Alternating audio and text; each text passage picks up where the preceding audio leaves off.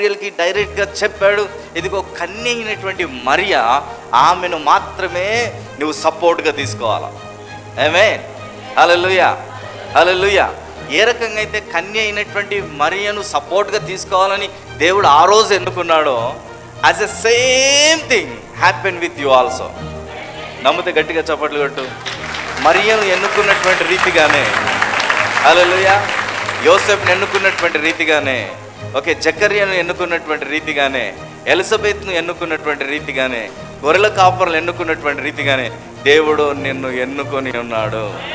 హల్లెలూయా, hallelujah, హల్లెలూయా. నీకు అనిపిస్తుండొచ్చు, నేను ఏమని సపోర్ట్ చేస్తున్నాను, నేను ఏమని సపోర్ట్గా నిలబడ్డానని. హల్లెలూయా. నువ్వు దేవుని యొక్క రాజ్య వ్యాప్తి కొరకు దేవుడు నేను నిలబెట్టడానికి ఏ రకంగా అయితే మరియను ఎన్నుకున్నాడో, as a same time, okay, అదే సమయంలో నేను ఎన్నుకున్నాడు, నేను పిలుచుకొని ఉన్నాడు, నేను ప్రత్యేకపరిచాడు.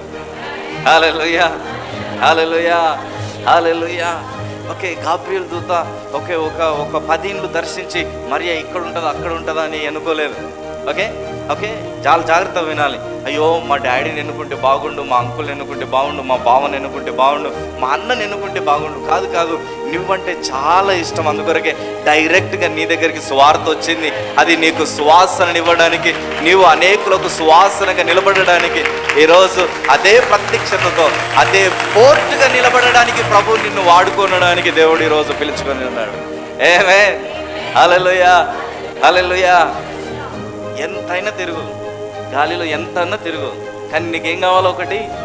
ఒక పోర్ట్ కావాలి. నీకేం కావాలా చెప్పండి, ఏం కావాలా? ఒక పోర్ట్ కావాలా. At the same time, okay, ఈ లోకంలో నువ్వు ఏమైపోయినా ఏదేమైనా, నువ్వు ఎన్ని ఆలోచనలు కలిగి ఉన్నా, దేవుడు మాత్రం నిన్ను ఎన్నుకున్నాడు కదా, నిన్ను పిలుచుకున్నాడు కదా, నిన్ను వాడుకునేటంత వరకు వదిలిపెట్టాడు. హల్లెలూయా, గట్టిగా హల్లెలూయా,